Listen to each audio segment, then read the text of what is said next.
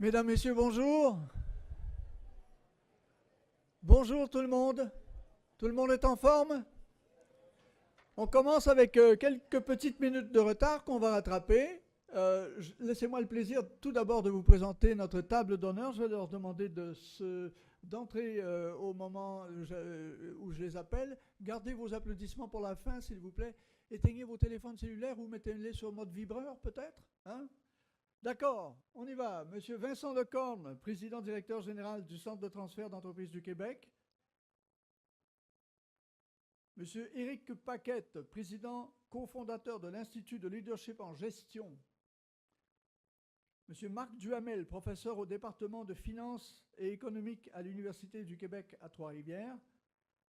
François Dubois, conseiller en développement des entreprises touristiques à la direction des interventions sectorielles au ministère du Tourisme du Québec. Éric Dufour, vice-président associé chez Raymond Chabot Grant Thornton. Monsieur Fernand Dufresne, le président du conseil d'administration du CETEC et président du comité d'administration de Préverco. Monsieur André Lamontagne, député de Johnson à l'Assemblée nationale, porte-parole de la CAQ en matière d'économie, d'innovation et d'exportation. Madame Véronique Touga, présidente du groupe Cambly de Saint-Jean-sur-Richelieu. Madame Michèle Nollet, conseillère à la direction du soutien à l'entrepreneuriat et au créneau d'excellence au ministère de l'économie, de la science et de l'innovation. Monsieur Jean-Philippe Ménard, vice-président pour la Rive-Nord de la BDC, de la Banque de développement du Canada. Et enfin, Madame Séverine Labelle, PDG de Femmes Essor. Mesdames et messieurs, votre table d'honneur.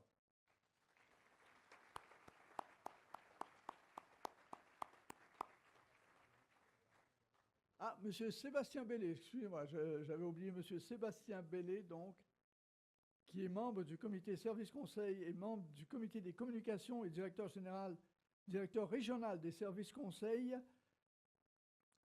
aux entreprises. Voilà.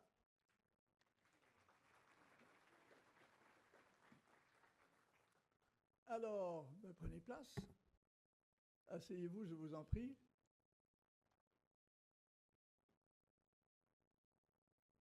Alors, je suis Simon Durivage. On m'a demandé d'animer cette journée. C'est drôle, en anglais, on dit moderator. En français, on dit animateur. Hein? Est-ce qu'il faut animer les francophones et modérer les anglophones? C'est plutôt le contraire d'habitude, non? Écoutez, je vous souhaite une belle journée. Nous avons une belle grosse journée devant nous, vous le savez tous. Nous allons analyser, scruter, débattre, témoigner, raconter, faire des mises en garde, proposer des avenues, des solutions, donner des conseils. Bref, on va faire le tour de ce volet fort important de l'économie, non seulement du Québec, mais aussi du Canada et même du monde industrialisé, le repreneuriat, un nouveau mot, mais qui est maintenant de plus en plus dans la langue. Hein. Il n'est pas encore dans le Larousse, mais Larousse est toujours en retard. Ça s'en vient. Repreneuriat, retenez bien ce mot. Vous savez qu'il y a en ce moment peut-être 30 000, 40 000, 50 000, 60 entreprises à vendre au Québec. Le problème, c'est qu'on ne sait pas exactement le nombre. On ne sait pas combien il y a de repreneurs, non plus de repreneurs d'entreprises.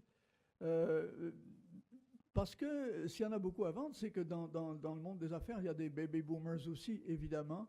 Alors, le vieillissement de la population accélère un petit peu ces transactions à accomplir, si on peut dire. Qu'est-ce qui va arriver de ces entreprises? Est-ce qu'elles vont trouver un acheteur, un repreneur? Est-ce qu'il y a un repreneur pour chaque entreprise à vendre quand le grand patron s'en va?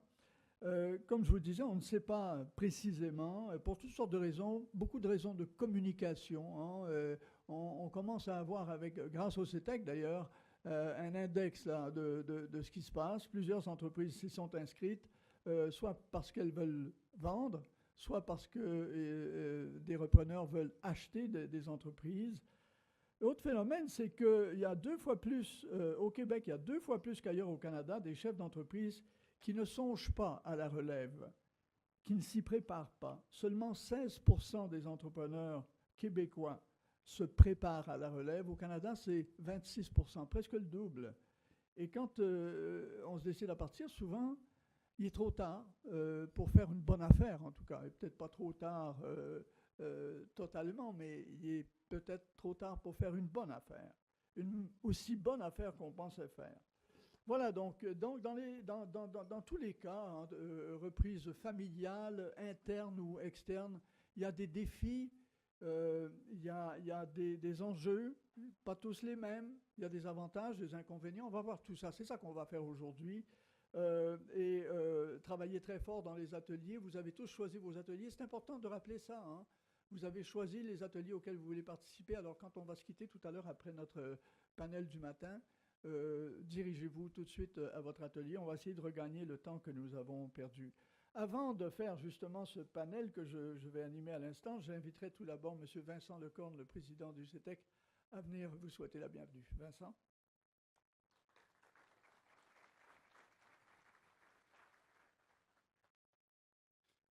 Bonjour, merci Monsieur Durivage. Alors bonjour à tous. Je suis très heureux d'être parmi vous, de voir une salle aussi remplie ce matin pour cette deuxième édition. Donc bonjour et merci à tous, chers membres, chers dignitaires de la table d'honneur. Merci Monsieur André Lamontagne, porte-parole donc pour l'économie, pour la CAQ. Merci d'être présent. Dans les dignitaires, nous devions avoir Monsieur Lametti ou Monsieur François-Philippe Champagne, pardon. Et malheureusement, il ne pouvait pas venir pour des raisons de vote à Ottawa, mais il m'a envoyé un petit mot que vous allez me permettre de lire quelques instants. Donc, je vous suis reconnaissant de votre invitation, mais je ne pourrai malheureusement participer à cet événement en raison d'engagements préalables. Je vous souhaite un franc succès. Alors, on va le prendre, n'est-ce pas, Monsieur Durivage, pour ce sommet. Et vous prie donc d'agréer, Monsieur le Président Directeur Général, l'expression de mes sentiments les meilleurs. Je me fais un plaisir de le lire. Donc, c'était le ministre du Commerce international, l'honorable François-Philippe Champagne, député au fédéral. Je le mentionne pour la simple et bonne raison qu'au-delà de l'invitation, de la lettre, c'est aussi la prise de conscience par toutes les études, toutes les démarches qu'on peut voir maintenant à travers notamment la presse, mais aussi évidemment les enjeux politiques. Vous avez tous entendu parler de la loi Morneau sur la fiscalité. Donc le repreneuriat, ça ne touche pas que le Québec, c'est tout le Canada qui est concerné. Et on a compris qu'il y avait un intérêt de mieux le comprendre. Il y a des choses à faire et le CETEC se doit de jouer un rôle à cet effet-là pour le reste du Canada. Et je remercie entre autres M. Ménard de la BDC qui est là, qui lui aussi représente une organisation canadienne. C'est aussi la prochaine étape pour le CETEC d'une certaine façon, c'est que les repreneurs, vous l'avez dit Simon, c'est près de 60 000 entreprises qui doivent changer de main et tous les repreneurs ne peuvent pas être du Québec. Alors s'ils sont du Canada, c'est quelque chose qu'on se doit d'envisager, il ne faut pas l'exclure. Et autant je pourrais avoir un discours sur quelquefois des petites guerres de clochers au Québec, autant je crois qu'il ne faut pas avoir plus de guerres de province. Ce qui compte, c'est que l'entreprise reste au Canada. Si vous me permettez d'avoir cette opinion-là, dans la mesure où on garde les emplois au Canada, on garde le savoir-faire, on se garde l'expertise au Canada et au Québec. Dans les éléments que je voulais vous présenter aussi dans mon discours avant de déclarer ce sommet ouvert officiellement, je tenais à attirer votre attention en vous disant que ce matin, j'aurais pu commencer par une petite blague, mais finalement, j'avais aussi une question. Pourquoi vous êtes si nombreux ce matin? Parce que depuis près de 3 semaines, nous sommes à guichet fermé. C'est 500 personnes qui se sont inscrites. Et donc, c'est un réel succès. J'en suis très fier. Je suis très content pour toute l'équipe, pour tout ce travail. Mais en même temps, je me demandais pourquoi vous êtes là. Puis je crois que la réponse, c'est que c'est plus qu'un phénomène de mode. C'est évidemment un sujet qui est fort, le repreneuriat. Il est maintenant au sein du logiciel Antidote, accepté à l'Office de la langue française. Ça, on en est très fiers. On a réussi à faire ça lors du premier sommet. Mais de voir qu'il y a encore 500 personnes, et peut-être qu'on aurait pu être plus nombreux encore aujourd'hui, mon inquiétude aussi, c'est qu'il ne faut pas que ce soit juste un phénomène de mode. C'est que c'est un enjeu majeur et l'équipe du CETEC se doit s'y pencher au quotidien, de mobiliser avec vous tous, intervenants du développement économique, experts, professionnels et évidemment entrepreneurs qui passaient à l'action. Et comme ceux de mon conseil d'administration, ils sont plusieurs, là je les vois à la table ici à ma droite, qui prennent le temps de s'engager auprès du CETEC, mais qui prennent le temps de témoigner puis d'amener d'autres entrepreneurs à passer à l'action. Donc, je suis très content que le CETEC soit porteur de ce dossier du repreneuriat et que ça soit plus qu'un phénomène de mode. c'est évidemment des enjeux humains, économiques et sociétaux auxquels il faut s'adresser. Certains, notamment en France, vont dire que le repreneuriat relève peut-être plus de l'intelligence économique même que du développement économique. Donc, il y a des choses qui se bousculent à certains niveaux, dans le sens où, effectivement, quand on parle d'entreprises qu'on doit transférer, on parle de rétention d'entreprises, d'ancrage régional, de savoir-faire et d'expertise qu'on doit garder, mais aussi qu'on doit amener plus loin, développer. Le repreneur qui s'associe à ce propriétaire dirigeant, c'est finalement un rencontre de deux générations. C'est évidemment une énergie pour un Québec prometteur, donc quelqu'un qui arrive avec ses idées, qui veut travailler avec l'équipe qui est en place, mais qui veut aussi l'amener plus loin. Donc, ce que j'aime à dire, c'est que c'est à la fois un défi personnel pour ces personnes-là d'acheter une entreprise et celui qui doit quitter, donc de planifier son départ, mais c'est aussi un enjeu collectif. Et finalement, ce matin, quand vous êtes aussi nombreux, je me dis qu'effectivement, ce n'est pas juste un phénomène de mode, c'est que collectivement, tout le monde est conscient qu'on doit s'y adresser.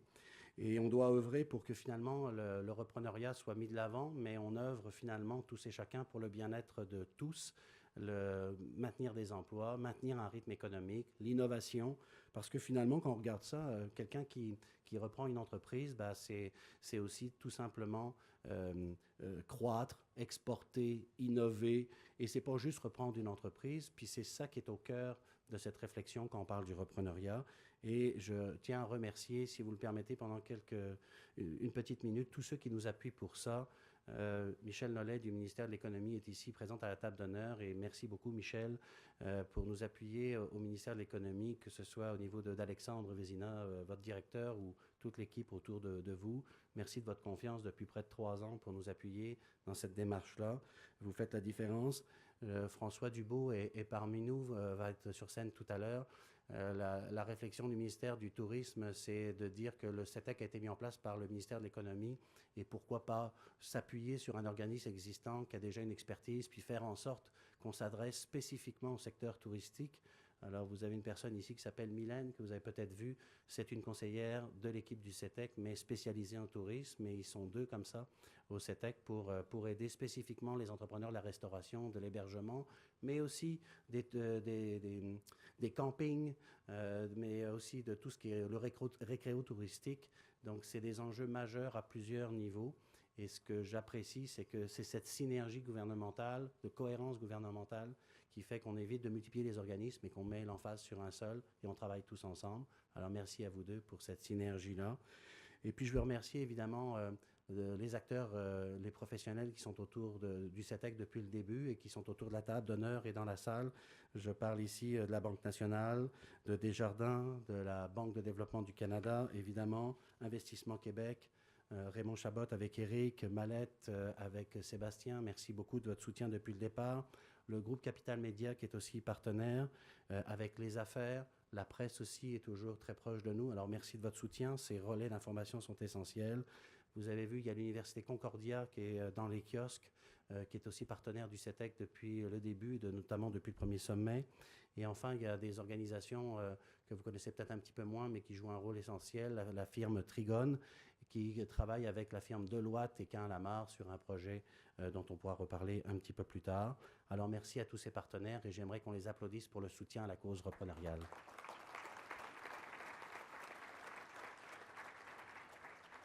Alors, merci pour eux et merci pour votre présence. Je déclare donc le Sommet international du repreneuriat 2018 ouvert. Bon sommet à tous. Merci.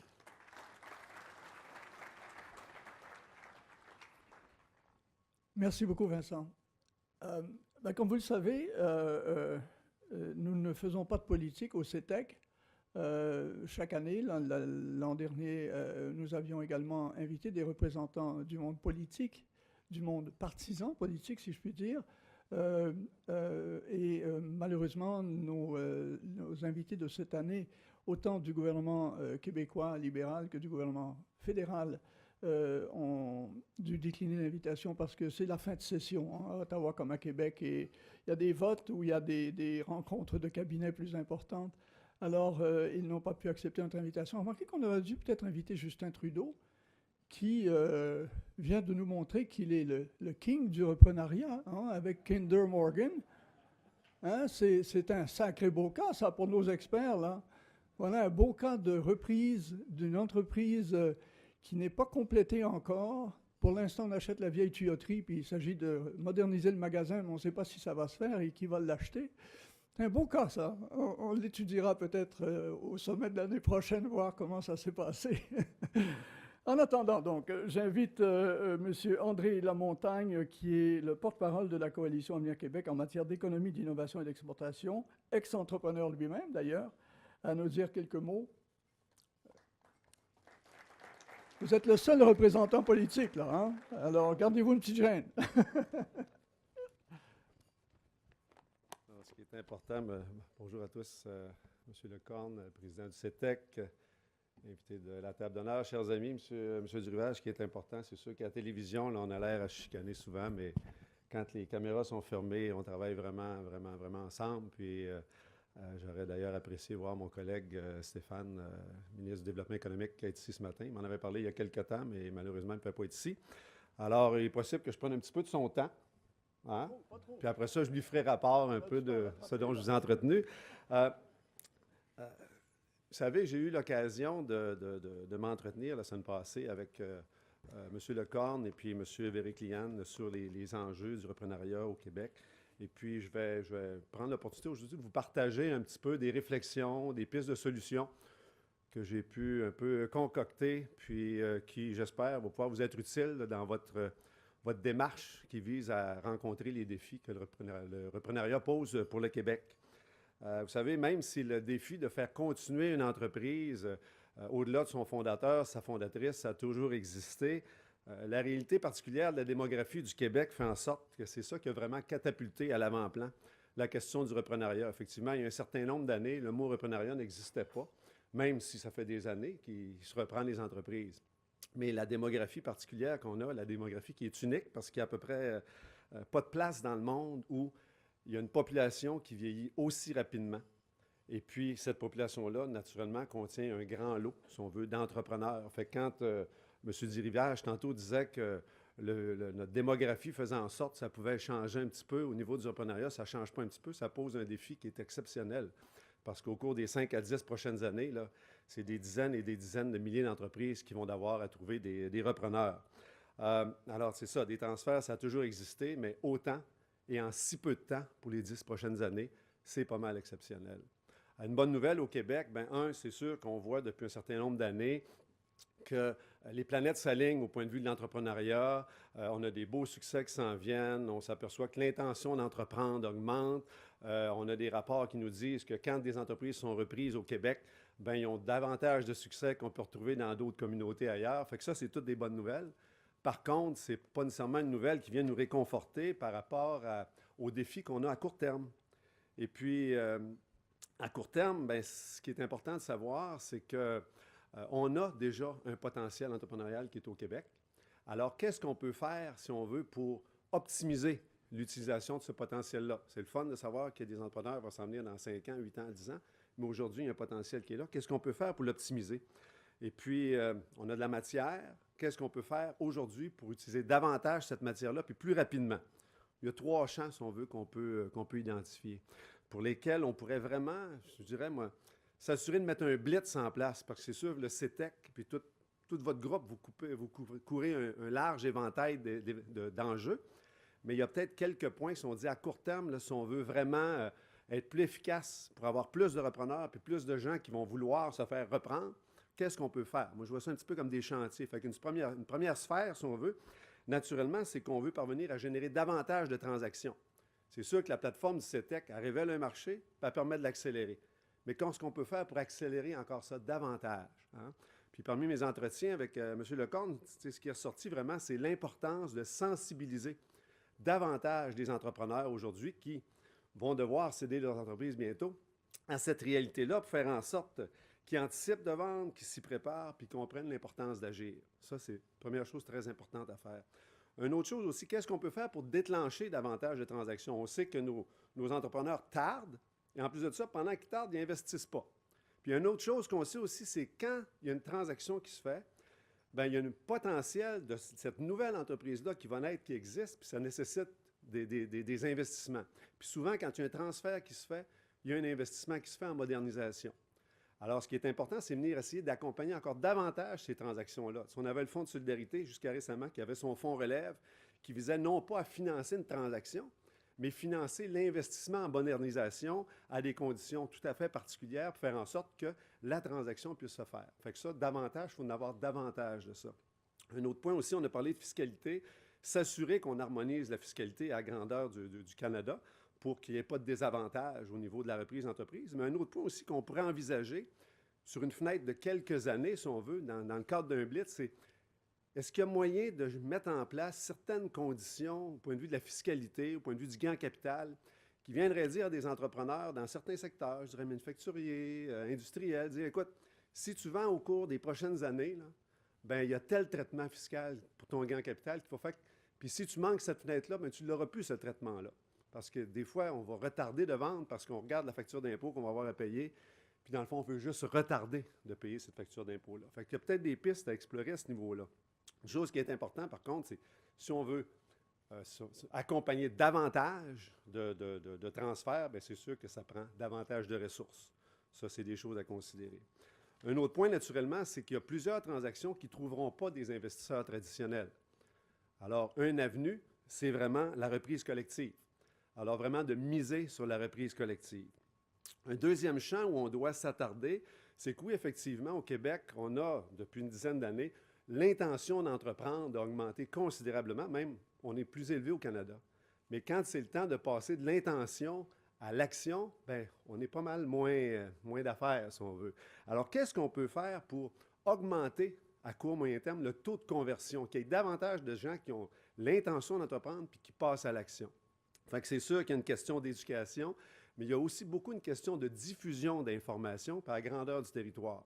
Fait qu'on peut certainement mettre à profit dans ce contexte-là toutes nos chambres de commerce pour les plus jeunes, les moins jeunes, toutes les organisations qui rassemblent des entrepreneurs ou des entrepreneurs en devenir. De mettre tous ces gens-là à contribution, ça va certainement aider à faire en sorte qu'on puisse convertir davantage à l'action d'entreprendre.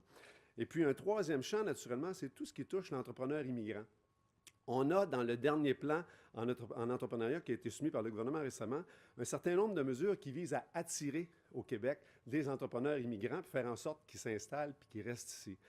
Ça, c'est très bien. Une chose, par contre, c'est qu'on a déjà ici, au Québec, nombre d'immigrants qui sont déjà intégrés ou en voie de l'être, puis qui possèdent la fibre entrepreneuriale. Puis il y a une question culturelle aussi là-dedans. Il y a certains familles d'immigrants, si on veut, qui viennent ici, puis déjà, ils ont une fibre entrepreneuriale. Alors, le défi, c'est vraiment de miser encore davantage sur ce potentiel-là. Je me souviens, il y a quelques années, j'avais rencontré des gens du SAGE à Montréal, puis ils cherchaient à capitaliser sur cette fibre entrepreneuriale-là des immigrants. Alors, il y a vraiment lieu d'avoir un chantier, si on veut, particulier pour viser au cours des prochaines années à tendre la main, à soutenir, à aider, puis à accompagner davantage de ces gens-là dans notre aventure de repreneuriat. Alors, ce qu'on sait, c'est qu'il y a déjà beaucoup d'énergie qui sont investies dans ce sens-là, mais il importe de les canaliser encore davantage. Je parle de 3 chantiers. Un pour générer et faciliter davantage de transactions. Un qui vise à augmenter le taux de conversion de l'intention d'entreprendre à la réelle action d'entreprendre. Puis après ça, un dernier qui vise à engager davantage nos entrepreneurs immigrants. Parce qu'une chose qui est sûre, c'est que plus ce qu'on veut accomplir, c'est clair, plus c'est facile de se mobiliser puis de s'organiser pour accomplir ce qu'on désire accomplir. Hein? Puis si on priorise, si on cible bien, puis on s'organise pour suivre ça serré, bien, on augmente de beaucoup nos chances de réussite par rapport à ce défi qui est assez exceptionnel qu'on a au Québec. Puis il faut se le répéter, c'est un défi qui est national, d'où l'importance de couvrir tout le territoire puis s'assurer que l'information circule de façon fluide. Puis pour ce faire, c'est sûr qu'on a le CETEC qui, déjà après quelques années, fait un travail extraordinaire, exceptionnel. Puis le sommet d'aujourd'hui, son succès en est un témoignage vivant. Mais la clé du succès va vraiment résider dans l'arrimage entre le CETEC et tous les professionnels qui soutiennent, puis qui accompagnent, puis conseillent nos entrepreneurs à la grandeur du Québec. Pour les professionnels, il y en a certainement plusieurs ici dans la salle, on doit souligner l'importance dans ce contexte-là de focaliser sur le portrait d'ensemble pas seulement sur l'opportunité d'affaires qui est là, juste devant nous maintenant. Parce qu'on peut être des compétiteurs à court terme, mais on est tous des partenaires à long terme. Et puis le succès va venir de notre capacité à multiplier les ressources puis à travailler de façon synergique pour dynamiser tout cet écosystème-là du reprenariat. Alors, vous savez, on observe du leadership en lien avec notre défi collectif de reprenariat, mais il faut amener ça à un autre niveau. De vos réflexions, de votre coopération entre vous, il naît une compréhension aiguë des enjeux, puis une mobilisation qui est accrue. Et puis, si vous allez consacrer cette journée-là à coopérer davantage, puis à explorer encore davantage votre compréhension des enjeux liés au reprenariat, puis spécifiquement au Québec. Alors, la table est mise pour un sommet qui va rapporter gros. Et puis, je vous souhaite du bon travail et puis une journée tout à fait enrichissante. Merci.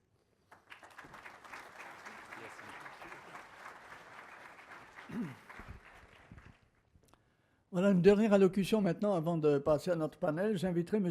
Éric Paquette, qui est directeur et fondateur de l'Institut de leadership en gestion, à venir nous dire quelques mots. M. Paquette.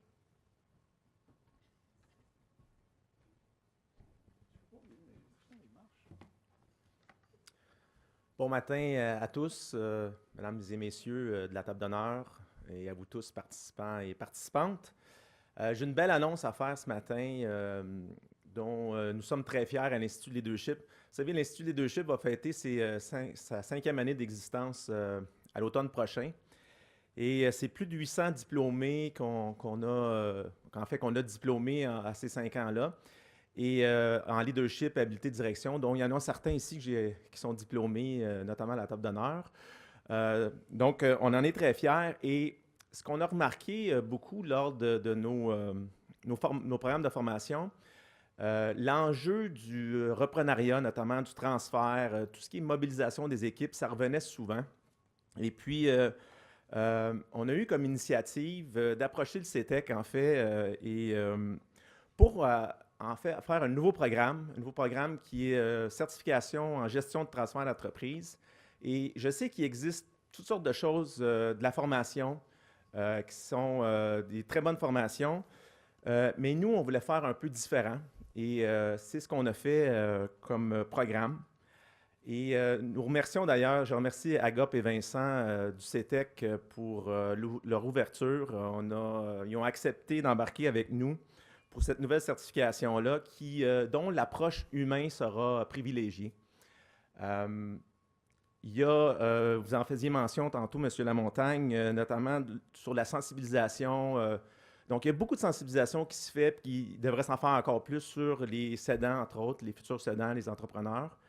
Mais il y en a peu sur ceux qui accompagnent, en fait, ces repreneurs-là. Et pourtant, ils ont souvent un lien de confiance avec les entrepreneurs. On peut penser au comptable, à l'avocat, au fiscaliste. Et c'est ces gens-là qu'on veut accompagner, et même les gestionnaires qui font partie de l'entreprise qui va être cédée. Et nous, ce qu'on veut donner, c'est un portrait général, donc des différents contextes. Les contextes peuvent être très différents d'une entreprise à l'autre. Des fois, ça se fait plus rapidement. Des fois, c'est un contexte familial. Des fois, c'est une vente externe. Donc, on veut donner le portrait général, les étapes, pour que les accompagnants, en fait, tous les intervenants et les intervenantes, soient mieux outillés dans le cadre de l'accompagnement de ces entreprises-là, d'en faire en fait un succès. Donc, il va y avoir un atelier cet après-midi, fait que je n'irai pas trop loin. Je sais que vous avez très hâte de débuter là, officiellement avec le contenu. Je vous inviterai, moi, à venir à 15h15 à l'atelier. Donc, je vais avoir tous les détails donc de façon plus précise pour ce qui est de ce nouveau programme de certification qu'on lance officiellement aujourd'hui dans le cadre du sommet. Donc, je vous remercie beaucoup. Je remercie le CETEC pour cette belle annonce. Je pense que ça va être un succès. On a connu un succès avec notre recette, c'est-à-dire vraiment l'aspect humain, les témoignages à travers ça, une douzaine d'intervenants experts qui vont venir dans le cadre de cette certification-là. Et on a hâte de vous y voir. Je vous invite à vous inscrire. Il y a de la préinscription qui débute aujourd'hui avec un rabais significatif. Merci, bonne journée tout le monde.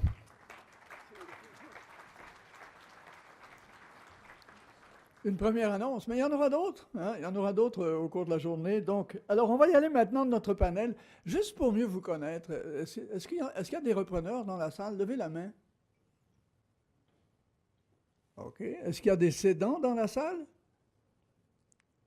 Bon, ben, écoutez, on n'est pas au Dragon, là, mais vous pouvez vous rencontrer au cours de la journée. peut-être des affaires à faire. OK, on y va avec le panel. Vous êtes prêts? Je vais inviter tout de suite mes trois experts. Ce matin, on va faire le portrait, hein, surtout là, du reprenariat, non seulement au Québec, au Canada, puis au cours de la journée, dans les ateliers un peu plus tard. Vous savez qu'il y a un atelier international. On va comparer nos expériences avec d'autres pays. Mais allons-y d'abord. J'invite à me joindre sur scène tout de suite M. Jean-Philippe Ménard, vice-président Finances et Consultations à la BDC. Asseyez-vous dans le fauteuil gris là, M. Ménard. Marc Duhamel, professeur de microéconomie au département d'économie et finances de l'UQTR, l'Université du Québec à Trois-Rivières, dans le prochain. Et François Dubois, conseiller en développement des entreprises touristiques au ministère du Tourisme du Québec. Est-ce que ce micro-là est allumé? Vous m'entendez? Oui? C'est bon. OK. Vous avez chacun un micro. Servez-vous. Ils sont tous aussi efficaces l'un que l'autre, je vous le promets. OK, alors ce qu'on va faire, c'est donc essayer de faire le portrait, là, si on peut dire l'état de la situation du reprenariat au Québec. Je regardais les chiffres, là, les plus récents chiffres au CETEC, si on prend cet exemple, là, au CETEC, il y a presque 2700 repreneurs d'inscrits à l'index du CETEC. Il y a 451 entreprises cédantes d'inscrites. Il y en a peut-être plus que ça, mais 451, celles-là, on peut aller les consulter, là. Et puis 750, ou tout près de 750 professionnels et conseillers de toutes sortes, prêts à aider les repreneurs et les cédants. C'est beaucoup, mais en même temps, c'est peu si on tient compte des 50-60 000 entreprises qu'il y a à vendre au Québec. Il y a encore de la place pour remplir l'index du CETEC, si je comprends bien. Alors, on essaie de faire le portrait. Monsieur Ménard, je vais vous donner le premier la parole. Comme aurait dit Frontenac, tirez le premier, on vous écoute, et faites-nous 10 minutes chacun. Après ça, j'aurai quelques questions sans doute à vous poser. On est bon? On est bon dans le temps. Restez, vous voulez le faire là? Ah, vous voulez garder vos notes avec vous? OK, on vous écoute. D'abord, j'aurais vraiment besoin d'un clicker pour changer mon visuel à GOP, si tu peux m'aider à un moment donné. Je vais prendre un instant pour souligner d'abord le travail de Vincent Lecorne, du Centre de transfert d'entreprise du Québec. C'est probablement un des endroits où c'est le plus dynamique au Canada, parce que vous avez su remettre le sujet du reprenariat à l'agenda. Je vous présente aujourd'hui les résultats d'une étude qu'on a réalisée au sujet du reprenariat pour mieux comprendre le niveau de préparation que les entrepreneurs canadiens ont dans le contexte du reprenariat. Premier constat, et vous ne serez pas surpris, la population canadienne vieillit, évidemment. Par contre, il y a un phénomène intéressant par rapport aux entrepreneurs. Alors que c'est 32 % de la moyenne de la main-d'œuvre canadienne qui a plus de 50 ans, on observe que c'est 59 % des entrepreneurs qui sont âgés de plus de 50 ans. Donc là, moi, j'ai été embauché à la banque il y a 20 ans parce qu'on anticipait un boom de transition d'entreprise qui n'est pas arrivé. Aujourd'hui, les entrepreneurs sont 20 ans plus vieux. Moi aussi, d'ailleurs. Il y a longtemps qu'on en parle. Maintenant, je pense qu'on peut tous s'entendre pour dire que ça va arriver. L'économie, en plus, étant en excellente santé financière, ça stimule de beaucoup les valeurs d'entreprise à la hausse. Vous savez, on est la banque des entrepreneurs, donc pour nous, c'était important de bien comprendre comment tout ça s'articulait. Qu'est-ce qui se passait dans la tête des entrepreneurs? Donc, mon collègue Pierre Cléroux, qui est vice-président économiste en chef, a mené une étude au printemps 2017 sur les intentions des entrepreneurs dans le cadre de la transition. Sondage auprès de 2500 entreprises, donc 2500 entreprises partout au Canada, dans toutes les industries, qui nous ont dit un peu ce qu'ils ressentaient face à la transition. Les premiers constats sont un peu préoccupants. Le premier étant que 42 % des entreprises, 43 % des entreprises pensent à changer demain au cours des 5 prochaines années. Si on ajoute à ça ceux qui pensent transiger pour en acheter une autre, c'est près de 50 % des entreprises qui vont transiger au fil des prochains 5 ans. Oui, on peut avancer encore un peu. Un petit peu encore. Celle-ci, merci. Ce n'est pas un phénomène qui est unique au Canada. On a des études similaires qu'on voit ailleurs, entre autres en Allemagne, où on parle de 600 000 transitions d'entreprises. mais c'est un phénomène qui est définitivement unique dans l'histoire du Canada. La Fédération canadienne d'entreprises indépendantes a fait des études au milieu des années 2000. On parlait toujours d'environ 30, 32, 33 % des entreprises qui étaient pour être transigées. Donc là, à ce moment-ci, on peut dire que c'est une augmentation qui est significative. Si on avance et on regarde régionalement, donc régionalement, les tendances sont plus fortes dans le Canada atlantique puis dans les prairies. On a cherché un peu à comprendre pourquoi. Surtout en Atlantique, on voit que les entrepreneurs sont significativement plus âgés.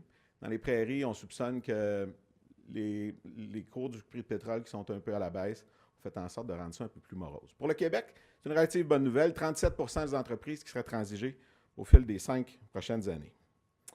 Comment on se prépare? Comment les entrepreneurs se préparent? Évidemment, vendre son entreprise pour un entrepreneur, c'est un moment charnière. Un moment charnière pour deux choses. D'abord, émotionnellement, les entrepreneurs sont très attachés à leur entreprise, à leurs valeurs, à leurs employés. Et c'est aussi une décision financière importante. C'est-à-dire que c'est à ce moment-là où, pour plusieurs, vont réaliser tout le pouvoir de leur capital de retraite.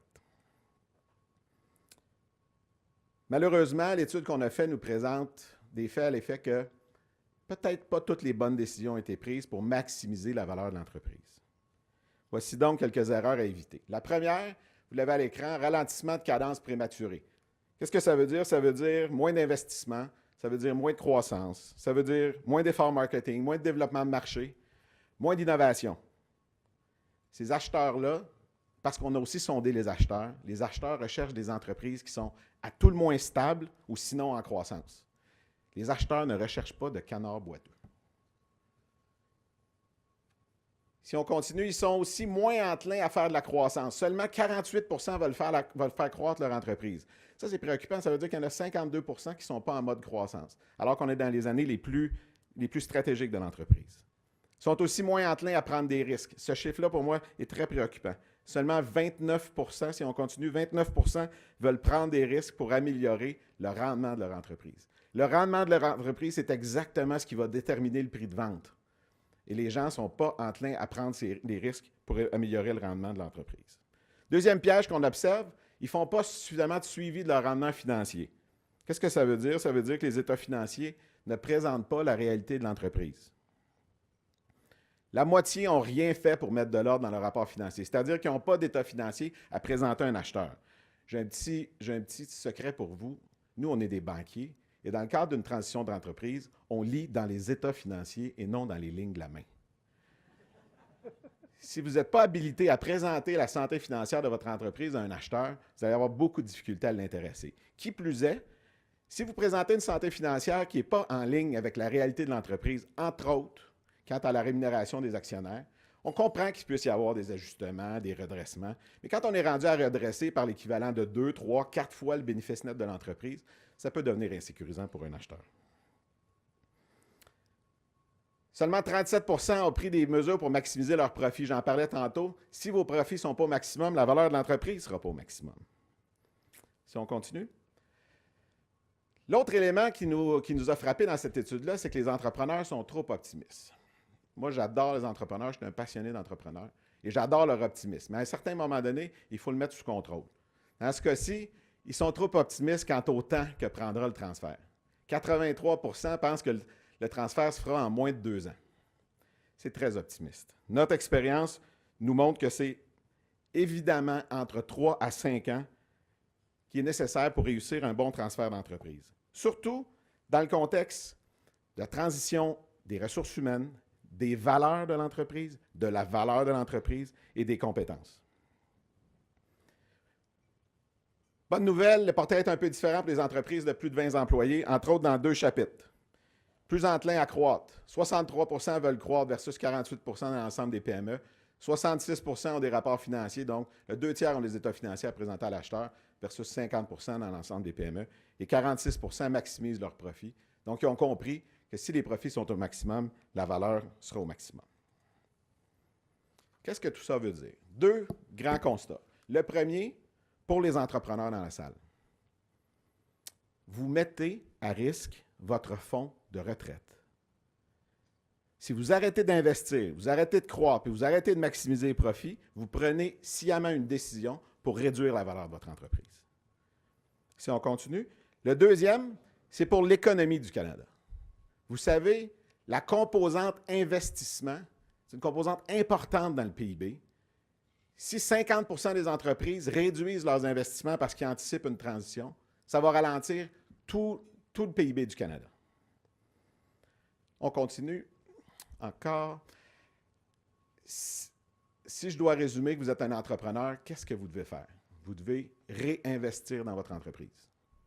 Vous devez continuer de faire croître, pas seulement les ventes, la rentabilité aussi. Vous devez tenir vos états financiers à jour pour être capable de présenter un bon portrait. Vous devez faire en sorte que votre entreprise se démarque par le produit, par l'innovation, par le canal de distribution, par votre service. Au moment de rechercher des acheteurs, recherchez plus largement que le marché local et finalement, faites-vous conseiller. C'est le moment le plus important de votre carrière d'entrepreneur. Évidemment, BDC peut vous aider, mais votre vérificateur, votre comptable, votre fiscaliste, votre avocat, vous n'avez pas les moyens, à mon point de vue, de vous entourer des pires conseillers. Merci beaucoup de votre attention.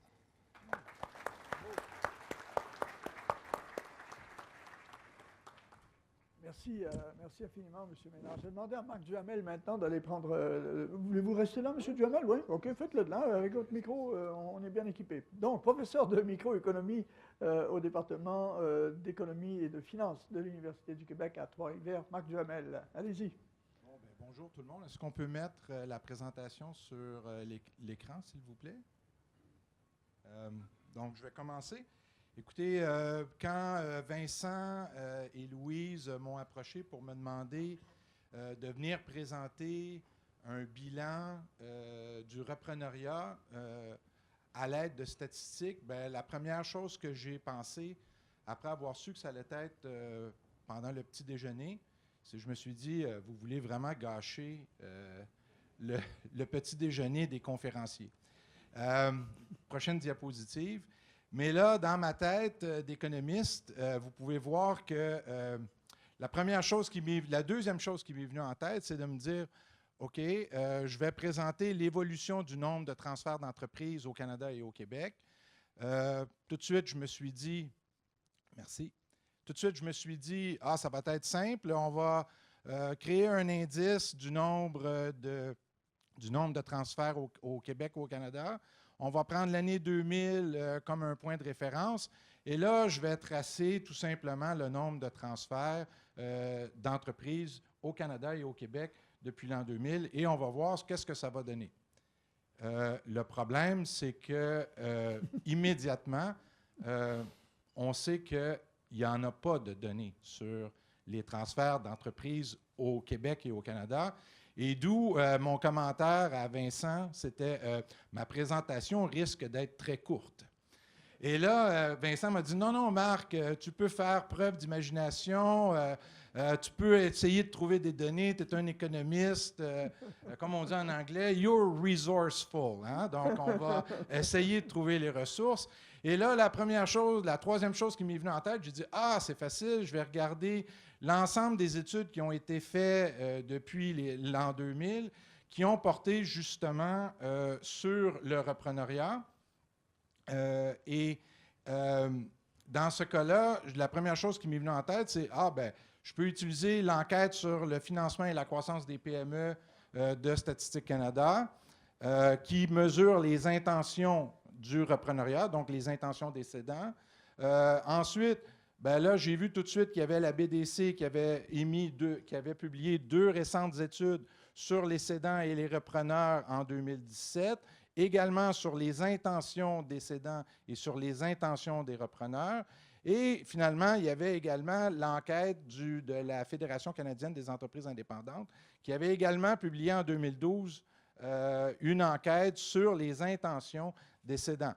Et là, Vincent et Louise pour me dire, Marc, le problème, c'est qu'il va y avoir Jean-Philippe Ménard de la BDC qui va présenter justement les intentions entrepreneuriales. J'ai dit, OK, ça va mal mon affaire pour présenter des statistiques sur l'évolution du nombre de transferts d'entreprises. Bon, la réalité, c'est que dans le cadre de l'enquête du Global Entrepreneurship Monitor, que je fais avec mon collègue Étienne Saint-Jean à l'Université du Québec à Trois-Rivières, et je pense qu'il est un peu à la base là, du discours, de l'allocution là, initiale sur justement le bilan des activités entrepreneuriales au Québec qui est très encourageant. On a des données dans cette enquête-là qui nous permettent d'avoir une indication du nombre de transferts d'entreprises dans l'économie canadienne et dans l'économie québécoise. Okay? Donc là, ici, dans le cadre du GEM, pour le repreneur, ce que nous, on classifie d'entrepreneurs, c'est tout simplement le pourcentage d'entrepreneurs dans la population active du Canada et du Québec, de ceux-là qui, dans les 12 derniers mois, ont affirmé avoir fait une sortie entrepreneuriale, donc eux se sont dissociés de leur entreprise, mais que leur entreprise, elle a continué ses opérations. Okay? Donc, c'est à peu près la seule donnée que moi je connaisse qui est vraiment directement reliée à un transfert d'entreprise. Bien entendu, les gens à la BDC, les gens à la Banque nationale, à la Caisse, à la Fédération des caisses et jardins, eux ont des observations vraiment directes de ces transferts-là. Mais comme c'est des informations confidentielles, nous, on n'y a pas accès. Il n'y a pas de données officielles sur le transfert d'entreprise au Québec, au Canada. Et donc, en utilisant ces données-là, ce qu'on peut montrer, c'est qu'effectivement, depuis 2013, on observe au Québec et au Canada, et dans le reste du Canada, une augmentation des activités des cédants qui, eux, se départissent de leur entreprise, mais que l'entreprise continue à poursuivre leurs activités.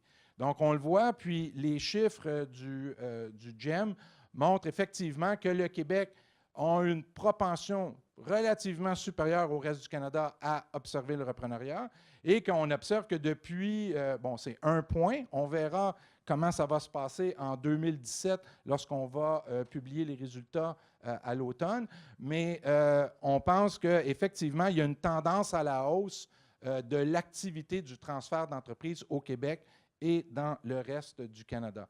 Donc, c'est pas juste d'en parler, c'est pas juste un buzzword, c'est pas juste quelque chose qu'on parle et que finalement, ça ne se réalise pas sur le terrain. On l'observe dans des enquêtes, internationales. Et ce qui est important ici de retenir, c'est que le Québec est vraiment un chef de file dans le reprenariat dans le monde. Donc, ceci étant dit, je viens de vous dire qu'essentiellement, les sources d'informations qu'on a sur le transfert d'entreprise se limitent essentiellement aux intentions des cédants et aux intentions des repreneurs. On a, à travers le GEM, une indication vraiment partielle, parce qu'on parle ici d'un échantillon seulement, un très petit échantillon de l'ensemble des cédants. C'est que le problème, c'est qu'on n'a pas ces indicateurs-là sur le transfert d'entreprise. Ils n'existent pas. Okay? Et le problème, c'est que lorsque j'entends et je partage l'opinion de tous les gens probablement qui sont ici, c'est que le transfert d'entreprise, même si on sait que c'est un aspect qui est important de la dynamique entrepreneuriale.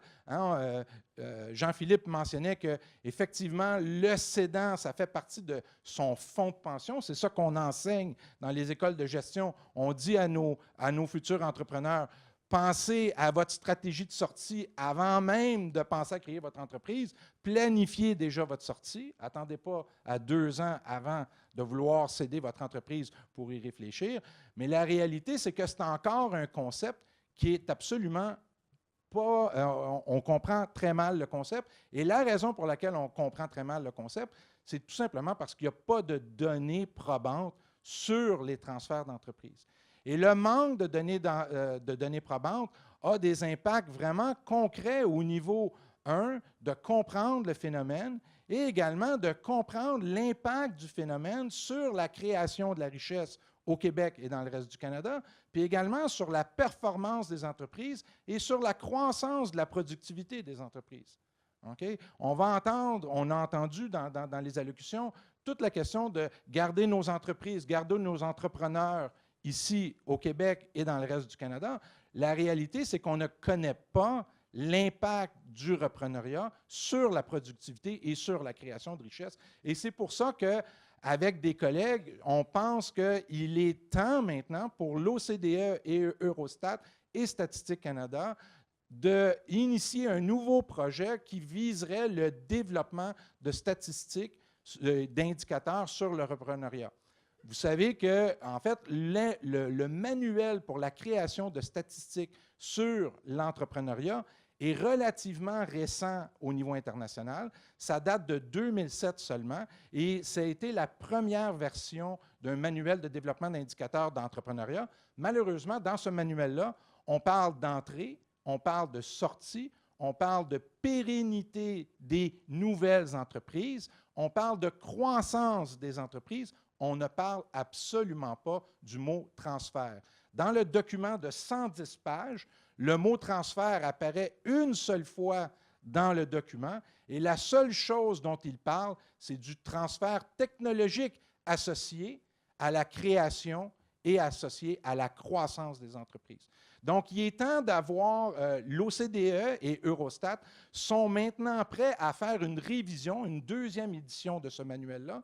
Et donc, ce manuel-là offre une opportunité pour le Canada et pour le Québec de proposer justement une nouvelle méthodologie pour harmoniser le développement d'indicateurs sur les transferts d'entreprises et toutes les différentes formes de transferts d'entreprises, qu'elles soient familiales, qu'elles soient management buyout, toutes ces différentes stratégies-là. Donc, c'est un potentiel vraiment important parce que l'idée à la base, c'est qu'une fois qu'on aura ces données sur le transfert d'entreprise, enfin, on va pouvoir garder deux grandes questions qu'on a depuis l'an 2000, c'est-à-dire que quels sont les gains de productivité qui sont associés au repreneuriat? Okay? Ça, on ne le sait pas. On sait que 90% de la croissance de la productivité du travail au Canada est associée à la continuité des entreprises. Mais la proportion qui est attribuable au repreneuriat, on n'a aucune idée. Ce que ça veut dire, c'est qu'une entreprise qui continue ses opérations contribue de façon disproportionnée. 90% de la croissance est associée justement à la pérennité de cette entreprise-là. Et clairement, le repreneuriat est un des facteurs qui pourrait le faciliter. Toute l'attention est sur les entrées nettes et les données montrent que c'est seulement 10% de la croissance de la richesse qui est associée aux entrées nettes au Canada. Et donc, ça suggère que des données sur le repreneuriat vont pouvoir nous donner une information vraiment de l'importance sur la création de richesse du repreneuriat. Première chose. Deuxième chose, pour terminer, c'est tout simplement de vous dire qu'en ce moment, en dépit du fait qu'on parle beaucoup d'entrepreneuriat dans les médias, on sait que le Québec et le Canada sont des leaders mondiaux en termes d'intention et de passage à l'action en termes d'entrepreneuriat. La réalité, c'est qu'il y a un découplage qu'on observe en ce moment entre ce qui se passe au niveau des individus, donc des gens très, très, très entrepreneurs, mais malheureusement, ce qu'on observe, c'est que les taux d'entrée des entreprises et les taux de sortie des entreprises sont en décroissance depuis 30 ans. Et donc, ça suggère qu'au Québec, comme ailleurs au Canada, le problème qu'on a, c'est qu'on a beaucoup d'entrepreneurs, mais ce qu'on remarque, c'est qu'ils passent de moins en moins dans la réalisation de cet esprit entrepreneurial-là, prend de moins en moins la forme de nouvelles entreprises. Est-ce qu'ils passent dans le repreneuriat? Tant qu'on n'aura pas d'indicateurs, on ne pourra pas répondre à cette question-là.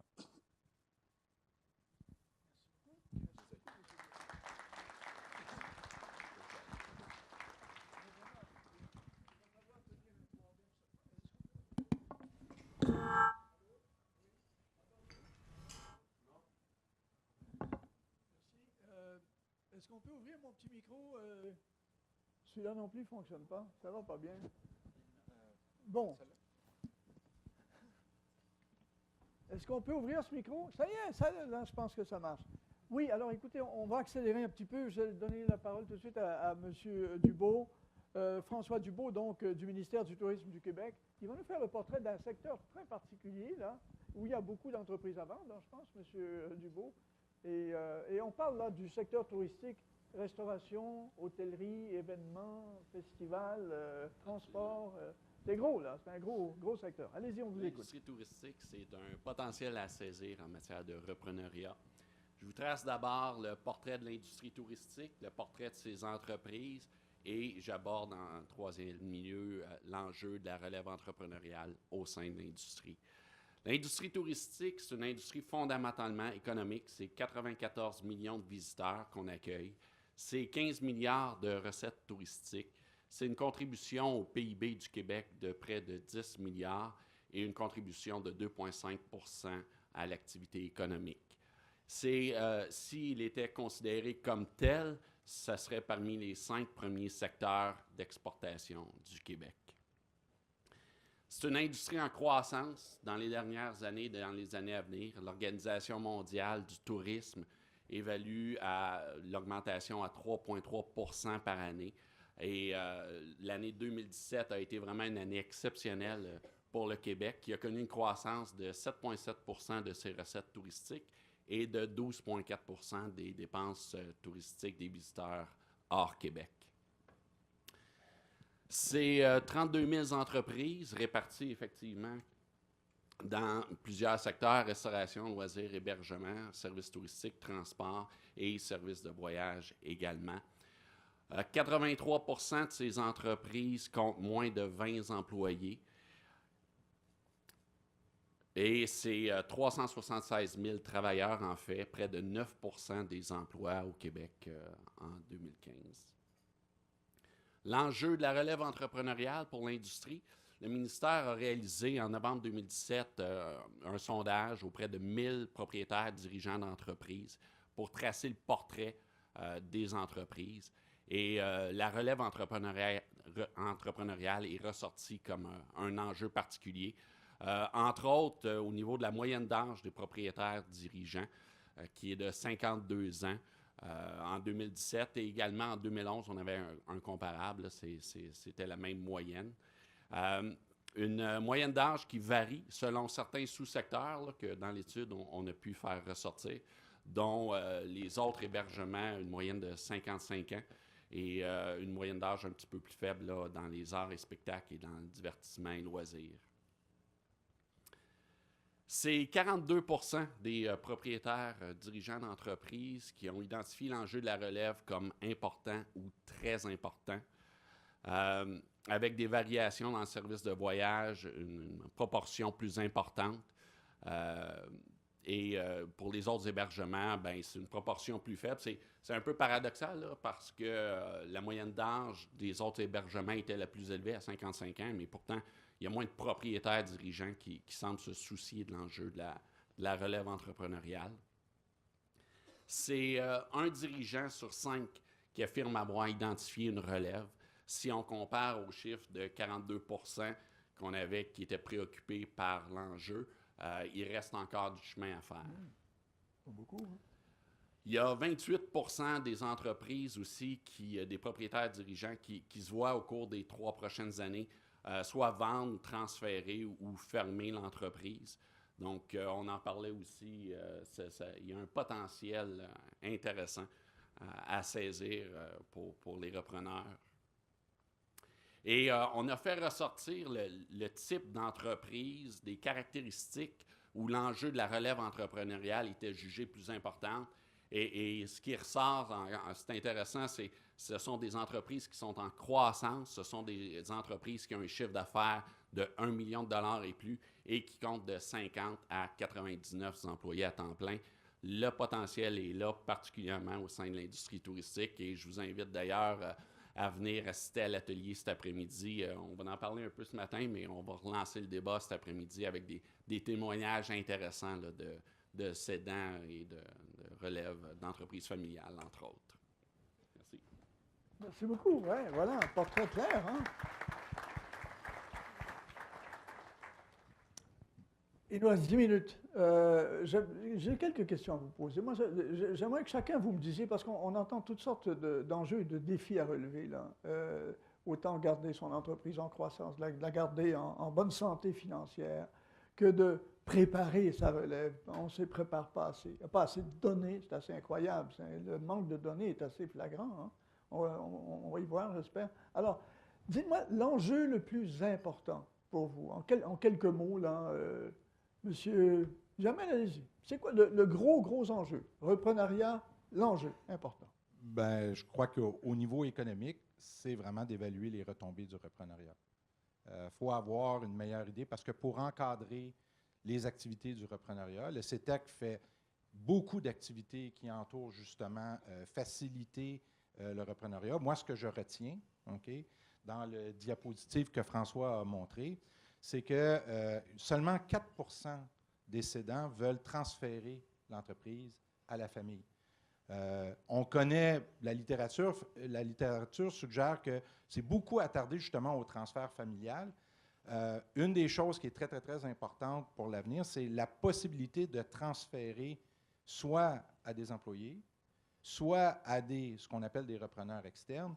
Et là, la difficulté ici, c'est justement de faciliter ce transfert alors que l'expertise, ce que j'appelle le capital intangible d'une entreprise, qui est en hausse, là, la proportion du capital intangible dans les entreprises est en hausse depuis les années 70.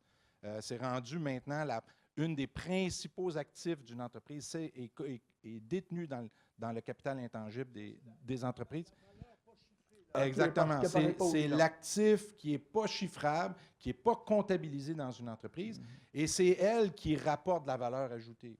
Et là, le problème qu'on a, c'est que si on doit transférer ce capital-là à des repreneurs externes, bien là, il y a un paquet d'enjeux, ce qu'on appelle des imperfections de marché, qui vont inhiber. Hein, on va avoir que un cédant va avoir une certaine évaluation de son entreprise que le repreneur, lui, ne partagera pas. Ah oui. Et là, le problème qu'on va avoir ici, c'est comment est-ce qu'on peut encadrer, justement, mieux encadrer ces cédants et ces repreneurs pour faciliter cette transition, parce que, comme je viens de le dire, c'est la continuité des entreprises, c'est ça qui rapporte pour l'économie québécoise et c'est ça qui rapporte pour l'économie canadienne. OK. Merci beaucoup, M. Ménard. Vous, le gros enjeu, le plus important, la priorité, là. La planification. La planification de la relève.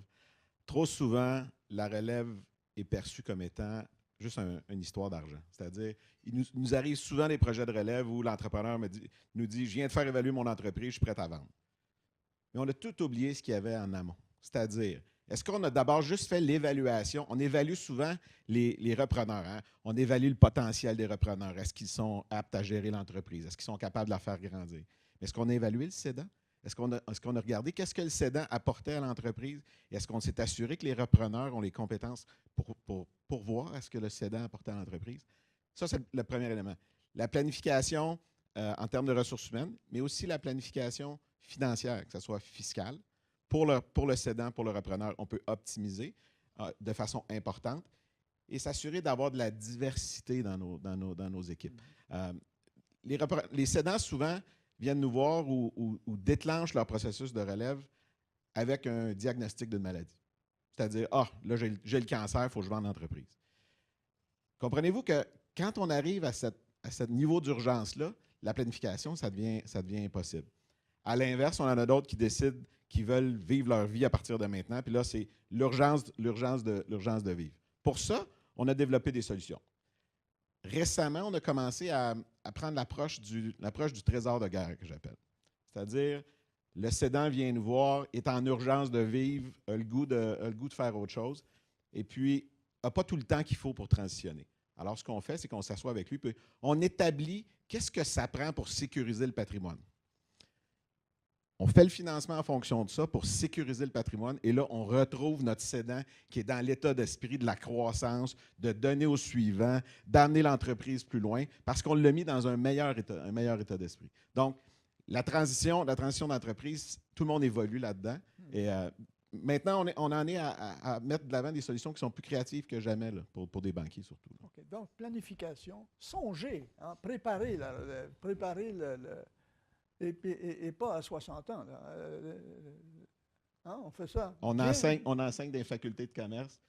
Planifie ta sortie avant de même imaginer ton plan d'affaires. Des données qui manquent. Là. Il y a 3 types de transferts. Hein? Familial, interne, des employés qui rachètent, ou externe, un investisseur.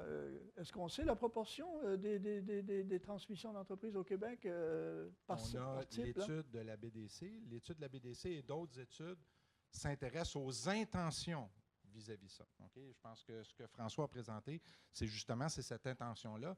La réalisation, comment, dans 5 ans, si j'avais le plan de transférer à mes fils ou à ma fille, est-ce qu'effectivement, au bout de 5 ans, je l'ai transféré à la famille ou pour raison X, Y, Z, j'ai été obligé de transférer à l'externe? Et la crainte qu'on a, nous, les économistes qui s'intéressent à la question du transfert, c'est est-ce que lorsque je n'ai pas trouvé de repreneur qui voulait me transférer ou qui voulait me donner la juste valeur de mon entreprise, j'ai tout simplement mis la clé dans la porte? Okay. M. Thibault, allez-y.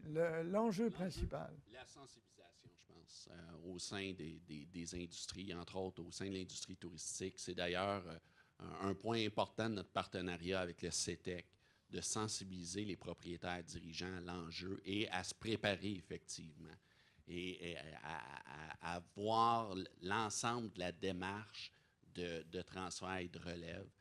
Je me suis promené beaucoup pour présenter là, dans l'ensemble des régions du Québec le partenariat avec le CETEC et j'avais tout le temps un entrepreneur ou deux qui venait me voir après ma conférence puis qui me disait je n'avais pas saisi cette importance-là de devoir voir si tôt que ça l'impact du transfert de la relève. OK, donc, si on résume, là, des conseils à donner là, aux gens qui nous écoutent, j'en ai noté plusieurs là, par vos déclarations. Décider tôt de l'avenir de son entreprise. On ne pense pas ça à la dernière minute. Il faut y penser le plus longtemps possible d'avance pour bien le préparer, tout en gardant l'entreprise top-notch, hein? Et en croissance si possible, et innovante, et pour la rendre le plus intéressante possible. 2, consulter des experts fiscaux, juridiques, financiers, oui. Communiquer les intentions à la famille, ça vous n'en avez pas parlé, mais il y a, surtout dans le cas d'un transfert familial, s'entourer correctement de gens en qui on a confiance, envisager des scénarios, pas juste un. C'est ce que vous dites, M. Dubois, là. On pense vendre à la famille, puis finalement, on vend à des étrangers, c'est pas tout à fait pareil. Et puis, établir des échéanciers. Pas mal ça. Et au plus sacrant, développer des données. mais ça, c'est incroyable parce que c'est une bonne portion de l'économie, là, la reprise d'entreprise. C'est un impact économique de milliards de dollars. Et à l'OCDE non plus, il n'y a pas de données là-dessus, semble-t-il, au plan international. Moi, j'ai la conviction profonde qu'on a l'opportunité comme groupe de gens qui sont intéressés au reprenariat, on a l'opportunité de se coordonner, de tous pousser dans la même direction pour éviter que nos entreprises soient la cible d'acquéreurs étrangers. On voit une vague dans les derniers 20 ans de multinationales, de grands sièges sociaux qui ont été acquis par des étrangers. Là, on a probablement dans la salle ici des gens qui ont de l'intérêt, qui ont du talent. Je pense qu'il faut aller au-delà de chacune de nos organisations pour faire en sorte qu'on puisse garder ces entreprises-là au Canada, au Québec, et les faire prospérer plutôt qu'elles deviennent des cibles. Et d'autant plus qu'avec la faiblesse du dollar canadien, nos entreprises sont plus vulnérables. Là. Elles sont plus alléchantes pour des investisseurs. On a aujourd'hui des transactions qu'on regarde où on essaie de supporter des entreprises canadiennes pour acheter des compétiteurs ou acheter des fournisseurs.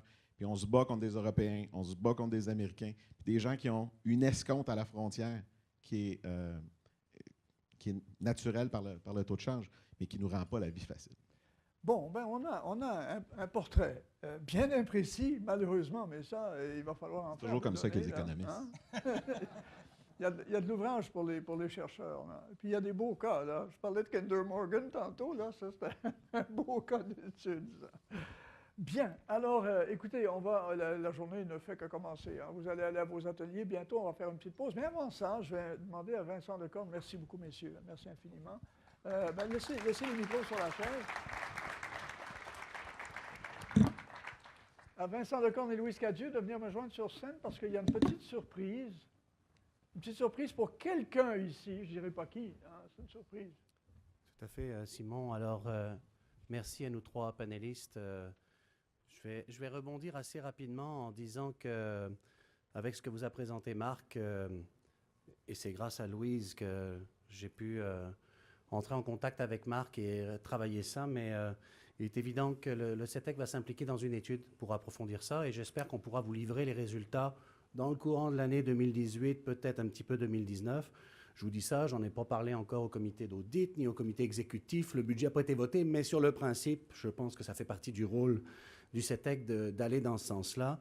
Et avec l'ensemble de nos partenaires, je suis sûr qu'on peut trouver une solution pour justement, au prochain sommet, arriver avec des réponses. Et cette fois-ci, Marc sera à l'oiseau de bon augure avec des chiffres, des résultats pour compléter ce qu'on sait. Mais je suis sur scène pour une petite surprise. Il y a quelqu'un qui ne sait pas qui va monter sur scène dans quelques instants. Pour la simple et bonne raison que j'ai la chance d'avoir un CA extraordinaire, des gens très impliqués qui donnent beaucoup de leur temps, comme je disais tout à l'heure, qui viennent témoigner. Mais le premier de ceux qui a dit oui, c'est le président du CETEC, du conseil d'administration. C'est M. Dufresne. Et Fernand Dufresne, c'est pas quelqu'un qui fait du bruit, c'est pas quelqu'un qui va déranger. C'est le sage autour de la table. C'est celui qui rallie tous les membres du conseil d'administration depuis près de 3 ans, qui est présent à tout moment, qui m'appelle pour me dire « Vincent, j'ai rencontré telle personne, j'ai pensé à telle idée », qui appuie l'ensemble des comités dans leur travail. C'est un homme merveilleux. J'ai beaucoup de chance de le connaître. Il a une entreprise incroyable qui s'appelle Préverco, pour ceux qui veulent aller voir. Un modèle de transfert avec son fils, ses enfants, de la façon dont il travaille. Il a travaillé ça avec son conseil d'administration. En tout cas, pour moi, c'est un modèle dans le transfert. Il ne savait pas qu'il allait monter sur scène dans quelques instants.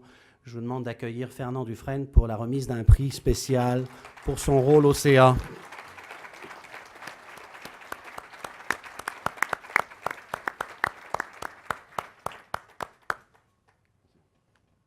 C'est bon? Non, c'était pas prévu. Merci.